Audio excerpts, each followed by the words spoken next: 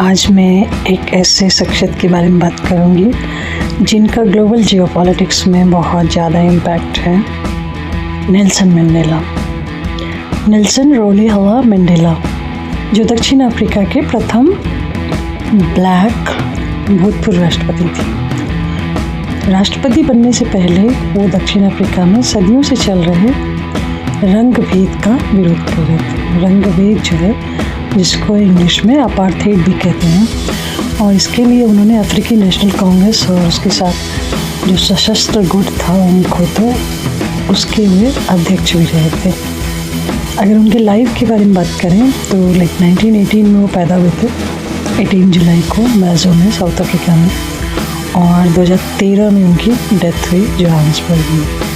इनको Nobel prize मिला था, गांधी शांति पुरस्कार मिला था और भारत रत्न भी मिला था।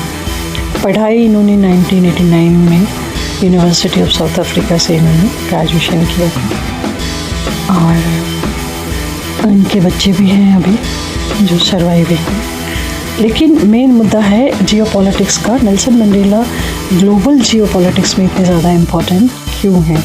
उनको साउथ अफ्रीका के सबसे महत्वपूर्ण ब्लैक लीडर के रूप में जाना जाता है, और रंगभेद के विरोध में जो उनका आंदोलन था उसके ये सशक्त प्रतीक थे, सिर्फ अपने देश में ही नहीं, पूरे विश्व में। और उन्होंने इस चीज़ के लिए अपनी राजनीतिक स्थिति से समझौता करने से हमेशा इनकार किया। एक लंबे समय तक वो जेल में रहे थे, और जेल से निकलने के बाद जो है और लंबा जीवन उन्होंने जिया। उनको जो नोबेल प्राइज़ मिला था वो भी इसी की वजह से मिला था, अपार्थाइड के खिलाफ जो उनकी सबसे लंबी लड़ाई रही और न्याय और समानता के प्रतीक बने। इतने साल वो कैद में रहे, 27 साल लगभग, और उसके बाद भी उन्होंने जब 1990 में जब वो वापस जेल से निकले तो उन्होंने अपना प्रयास जारी रखा, और इसके बावजूद जब 1993 में उनको नोबेल पुरस्कार मिला तो वो दक्षिण अफ्रीका के राष्ट्रपति बने।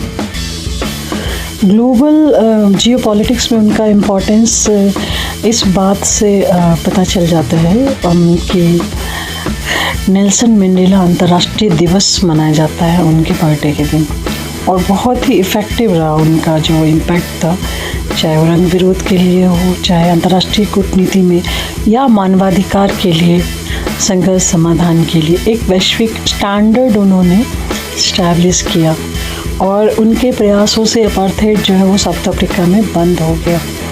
और उन्होंने जो स्ट्रगल किया और 27 साल जो वो कारावास में रहे, उनके स्ट्रगल को देखकर पूरी दुनिया में जो लोग थे जो अपार्थाइड को सपोर्ट कर रहे थे, उनको दोबारा सोचना पड़ा। कई देशों ने जो है साउथ अफ्रीका पर इस वजह से आर्थिक और राजनीतिक प्रतिबंध लगाए ताकि नेल्सन मंडेला को रिहा किया जा सके, और फाइनली जो है ये अपार्थाइड कमज़ोर हुआ और ख़त्म हुआ।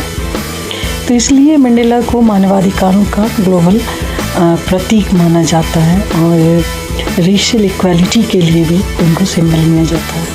इसके अलावा जितने भी एक्सप्लॉइटेड डिप्राइव्ड सेक्शन हैं पूरी दुनिया में, उनके लिए भी नेल्सन मंडेला जो हैं वो एक प्रेरणा का स्रोत माने जाते हैं।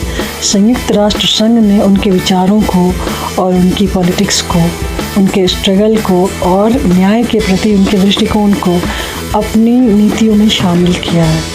दक्षिण अफ्रीका के पहले अश्वेत राष्ट्रपति के रूप में भी उन्होंने जो सिविल वॉर चल रहा था उसको रोकने के लिए रिकॉन्सिलिएशन पे जोर दिया, और वो गांधी के मार्ग पर चले, और उन्होंने सत्य और सुलह आयोग की स्थापना की, जिसको ट्रुथ एंड रिकॉन्सिलिएशन कमीशन कहते हैं, और इसमें शांतिपूर्ण सह अस्तित्व के लिए एक उन्होंने मॉडल बनाया जो अन्य संघर्षग्रस्त क्षेत्रों में भी लागू किया गया।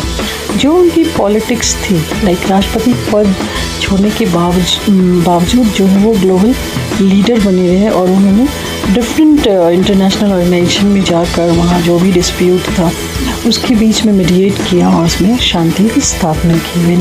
बुरुंडी में जाकर उन्होंने सिविल वॉर को सुलझाने में काफ़ी महत्वपूर्ण भूमिका निभाई, और लोकतंत्र के लिए भी वो एक प्रेरणा बने। उनके कार्यकाल में जो इतना ज़्यादा उनकी पॉपुलैरिटी इतनी ज़्यादा थी कि वो राष्ट्रपति जितनी बार चाहते वो बन सकते थे, लेकिन मंडेला ने स्वेच्छा से केवल एक बार राष्ट्रपति कार्यकाल किया और उसके बाद दोनों वो हट गए ताकि लोकतंत्र को बढ़ावा मिल सके। और इस तरह से उन्होंने अफ्रीका में ही नहीं, अंतर्राष्ट्रीय राजनीति में एक सिंबल लाइक प्रेजेंट किया। और अक्सर जो अफ्रीका में जनरली देखा जाता है कि नेता जो है सत्ता छोड़ने से हिचकिचाते हैं, संविधान को बदल देते हैं, डिक्टेटरशिप लागू कर देते हैं, उसके लिए एक बहुत महत्वपूर्ण मॉडल था कि एक बंदा जो इतना लीडर पॉपुलर है और राष्ट्रपति के पद पे है, वो स्वेच्छा से अपना पद छोड़ रहा है। जो गुटनिरपेक्ष आंदोलन था उसमें भी उन्होंने भूमिका निभाई।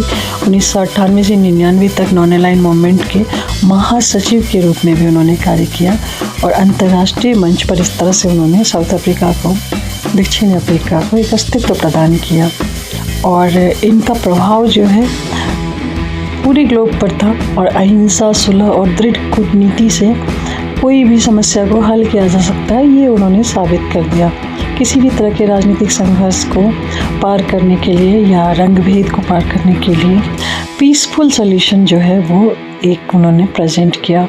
और इसी वजह से ग्लोबल जियोपॉलिटिक्स पर, वैश्विक भू राजनीति पर उनकी एक स्थायी नैतिक और व्यवहारिक छाप है। वीडियो कैसा लगा जरूर बताइएगा। Thank you.